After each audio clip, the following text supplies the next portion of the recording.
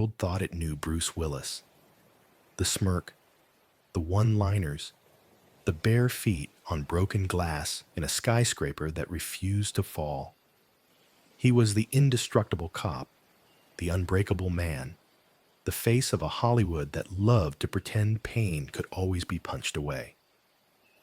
But behind the explosions and applause, something far more terrifying crept in.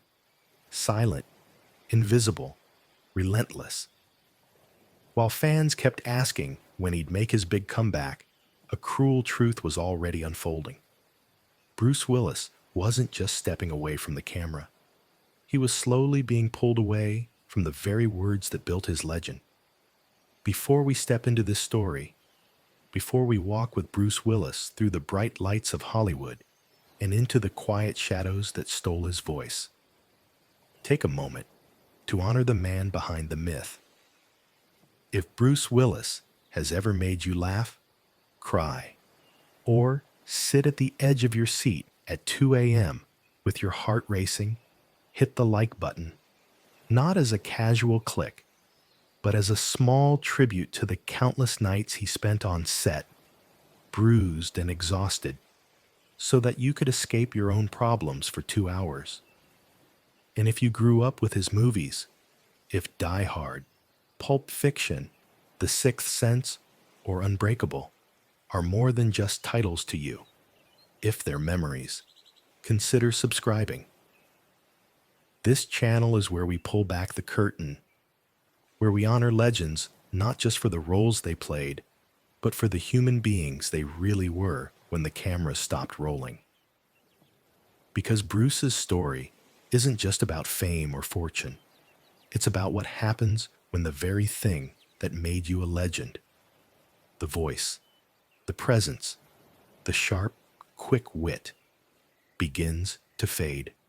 Stay with us, because what you are about to hear is heartbreaking, human, and unforgettable. Bruce Willis didn't just star in action movies. He redefined them. Before him, action heroes were often sculpted like statues, perfect, invincible, almost untouchable. Bruce changed that. He was the everyman with a bad haircut, a dirty tank top, and a crooked grin that said, "Yeah, I'm terrified, but I'm going in anyway." From TV's moonlighting to his world-shaking turn as John McClane in Die Hard, Bruce built a career on playing flawed men who refused to give up. He bled, he limped, he made mistakes, he got beaten down, but he stood up again. That vulnerability made him real. It made him ours.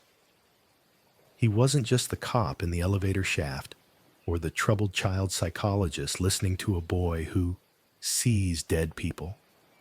He was the father figure, the broken man with a second chance, the quiet guardian who carried the weight of impossible choices on his shoulders. Hollywood had plenty of tough guys.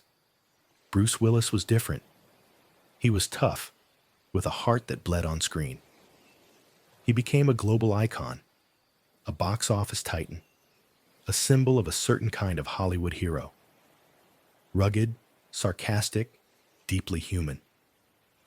For decades, his name on a poster meant something. It meant you were going to see a man pushed to the edge and watch him claw his way back. But what happens when life pushes harder than any script ever did? What happens when the man whose entire career relies on timing, memory, and speech begins to struggle with all three? For years, fans noticed it without having the words. A line that sounded slightly off. A scene where he seemed unusually distant. Confused glances, short answers in interviews, whispers online that something wasn't right. Yet Hollywood kept rolling cameras, and Bruce kept showing up, even as a silent battle raged inside him. The tragedy of Bruce Willis isn't just about illness. It's about a man who spent his life speaking to the world through stories, slowly losing the ability to tell his own. Long before the skyscrapers, the stunt doubles, and the red carpets, there was a boy who struggled with something most people take for granted: words. Bruce Willis was born into a working-class family, far from the glamour of Hollywood. His childhood wasn't framed by movie lights, but by the kind of fluorescent fixtures that hum over classrooms and small-town kitchens. He grew up like so many kids, in a world where money was tight, expectations were heavy, and dreams were something you whispered about, not something you chased out loud. But Bruce carried a weight that made even simple days feel like uphill climbs. He stuttered. Every time he tried to speak, it was as if his own voice betrayed him. Sentences snagged on invisible hooks. Letters refused to line up. While other kids raced through their thoughts, his were trapped behind a wall of sound that wouldn't break. The classroom, where kids are supposed to raise their hands and share ideas, turned into a battlefield. Every time the teacher called on him, it wasn't an invitation. It was a test. Imagine being that child. You know the answer. You've rehearsed every word in your head. But when your lips open, nothing comes out. A long pause, a broken word, then the laughter. Not always loud, but sharp enough to cut. In those moments, the world sends a quiet message. Your voice doesn't belong here. For many kids, that's where the story bends toward silence, toward shrinking into the back row, toward avoiding eyes and questions and anything that might expose the struggle. But something inside Bruce refused to stay small. There was a stubbornness there, a spark, a sense that even if his voice didn't come easily, it still mattered. The walls of his childhood were not covered in posters of himself. They were covered in doubt, in the daily grind of a family trying to get by, in the expectations of a world that didn't see movie star in a shy boy tripping over his sentences. That gap between who he seemed to be and who he might become was so wide, it seemed almost laughable. Yet, like so many later heroes he would play, Bruce's first battle was not against terrorists, crime lords, or supernatural forces. It was against the idea that he wasn't enough, that he wasn't built for the spotlight, that he should stay quiet, stay small, stay invisible. But life, in its strange way, had other plans. The path from a boy who stuttered to the man who growled, "Yippee-ki-yay," was not a straight line. It was messy, uncertain, and at times humiliating. Acting didn't arrive in Bruce's life as a polished dream. It crept in slowly, like a door opening at the end of a long, dark hallway. He discovered that on stage, under hot lights, in front of strangers, something miraculous happened. The stutter that had haunted him his entire life loosened its grip. Lines that would have tangled in his throat in class came out clean when they belonged to someone else. Acting gave him more than a hobby. It gave him a new identity. On stage, he didn't have to be the boy who struggled to speak. He could be anyone: confident, dangerous, charming, funny. The words were still hard, but now they had purpose. They were part of a story. And stories, unlike stutters, could move people. Bruce wasn't born into Hollywood. He hustled his way toward it. He worked odd jobs, took small roles, waited tables, and did whatever it took to stay close to the dream. There were years when it felt like the world simply didn't care about another unknown actor with big hopes and a thin wallet. The rent didn't care about his talent. Casting directors didn't care about his childhood battles. Each rejection was another reminder: this business eats people alive. But he didn't back down. His big break came not with a gun in his hand, but with sharp wit and fast dialogue in a TV show called Moonlighting. As David Addison, Bruce brought a crackling mix of charm, sarcasm, and vulnerability. The world finally saw what the stage had seen years earlier. A man who could own a room with a single line. A man whose flaws made him magnetic. And then came Die Hard. John McClane wasn't a superhero. He was a tired cop in the wrong place at the wrong time, with a bad hangover and worse odds. He was barefoot, bleeding, swearing, scared, and utterly determined. Audiences saw themselves in him. He wasn't untouchable. He was human, and that made him unforgettable. Hollywood exploded around Bruce Willis. Suddenly, he wasn't just another actor. He was the actor. Scripts piled up. Offers poured in. His face was on posters, billboards, magazine covers. He moved from TV to blockbuster films, trading wisecracks in smoky offices for shootouts in high-rise buildings. But with success came scrutiny. Not every movie hit its mark. Some flopped. Critics sharpened their knives. The same machine that built him was ready to tear him down when the box office numbers disappointed. He had stretches of career turbulence, projects that didn't land, choices that puzzled audiences, headlines that questioned if his time was over. Yet Harvey-like resilience lived in him. Bruce did what he had always done. He kept going. He shifted into surprising roles. The haunted pediatric psychiatrist in The Sixth Sense, the unbreakable security guard in Unbreakable, the weary astronaut, the hitman, the reluctant hero over and over again. He navigated between art house directors and popcorn blockbusters, between tender roles and explosive ones. And through all of this, his image solidified. Bruce Willis, the man who survived everything, the man who never stopped fighting. On screen, there was always another explosion, another villain, another impossible situation he somehow powered through. Off screen, though, something else was brewing, something even John McClane couldn't simply outfight. Fame looks golden from far away.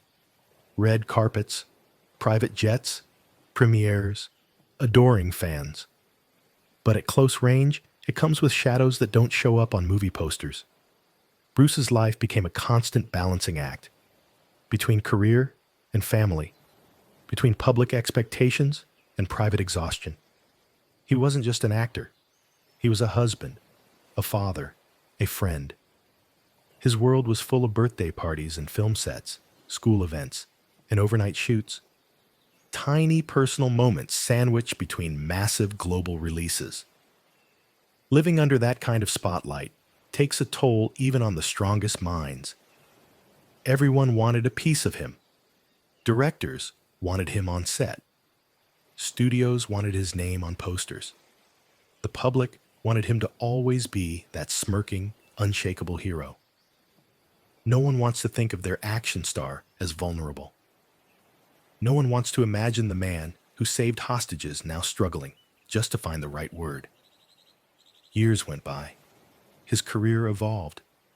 He became not just a star, but a symbol, a bridge between the older era of analog action heroes and the modern age of CGI mayhem. Younger actors looked up to him. Fans grew older with him. People who watched Die Hard as teenagers now watched his later movies with their own children. But if you look closely at certain interviews and late career appearances, you can see it. Just a flicker at first. A pause where there didn't used to be one. A line delivered a little more stiffly. A distant look in his eyes, as if he were searching for something just out of reach. At first, no one could name it. People chalked it up to age, to being tired, to having done it all. Some blamed lazy scripts. Others claimed he just didn't care anymore. But these explanations skimmed the surface. Something deeper, quieter, far more frightening was unfolding inside. Behind the scenes, those closest to him began to notice the little things that don't make headlines. Repeated questions, forgotten details, struggles learning lines that once came effortlessly, confusion where there used to be razor-sharp timing. The man whose entire life depended on memory, nuance, and rhythm was starting to lose his grip on all three. And unlike the villains in his movies, this enemy had no face to punch, no building to blow up, no bullet that could stop it.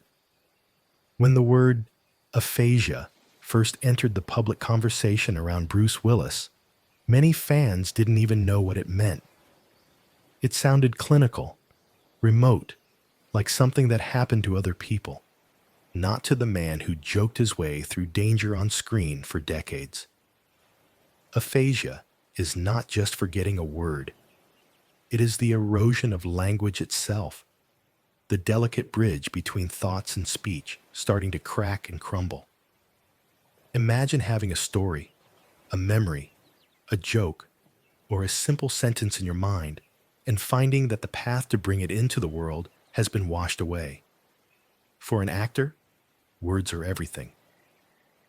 They are not just lines on a page. They are weapons, shields, and lifelines. Timing, tone, rhythm. These are the tools that separate a generic performance from a legendary one. Bruce wasn't just reciting dialogue, he was inhabiting it.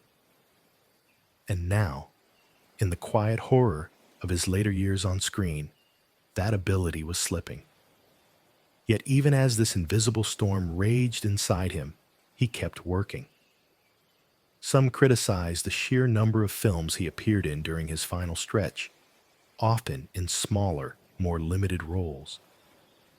They saw it as a sign of decline, a once great actor cashing in. What they didn't see was the complexity of the moment, the urgency of time running out, the desire to keep doing the one thing he had given his life to, the love of being on set even as the job grew harder every day. Directors and co-stars spoke of adjustments on set, shorter days, earpieces feeding lines, scripts rewritten to accommodate fewer words, scenes rearranged to minimize strain. The kind of accommodation that doesn't show up in the credits, but reveals the quiet respect of an industry trying to hold space for one of its legends. Behind closed doors, his family watched the man they loved fight a battle no stunt team could choreograph and no camera could fully capture. They made a decision that would shatter fans and, in a way, solidify his legacy. They announced that Bruce Willis would step away from acting. The statement didn't come with explosive music or dramatic slow motion. It came with simple, honest words, acknowledging his diagnosis and the challenges he faced. The world, for a brief moment, went silent. Not the silent suspense of an action scene, but the heavy silence of realizing that an era was ending. This wasn't John McClane walking away from a burning building with a bloody grin. This was Bruce Willis walking away from the world that had defined him because his own mind and language were turning against him.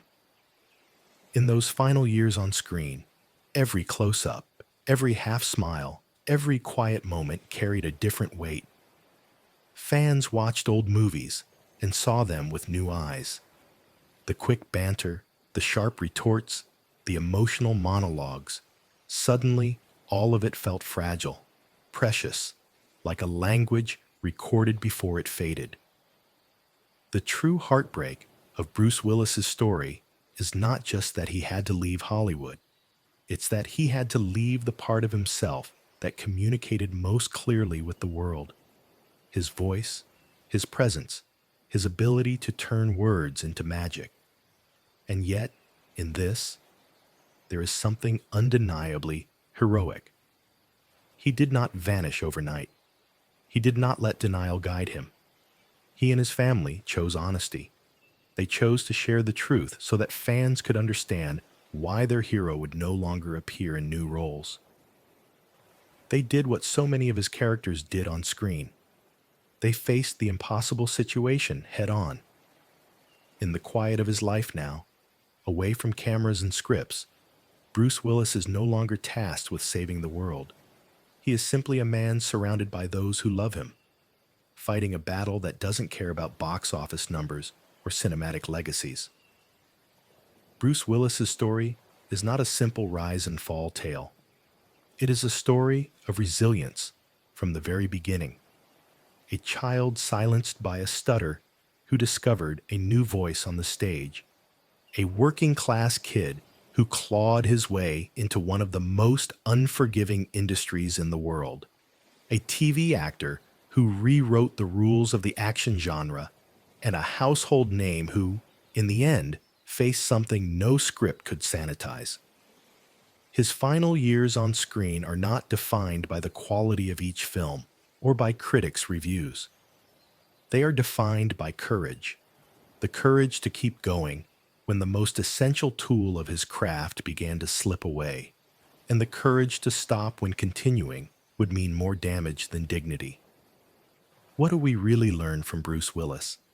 That strength isn't always a man walking barefoot across broken glass. Sometimes strength is letting go of the spotlight and allowing the world to see you as you truly are. Vulnerable, human, and fighting a silent battle you never asked for. We watch his old movies differently now. We hear the one-liners, the whispered confessions, the cracks in his voice, and we understand how much was required to bring those moments to life. It wasn't just talent. It was war against insecurity, exhaustion, and finally, against an illness that took aim at the very core of who he was. His story forces us to ask ourselves difficult questions. What would you do if the thing that defined you began to fade? If your job, your art, your passion, everything that made you feel useful and alive slowly slipped from your grasp, how would you face that? Would you hide?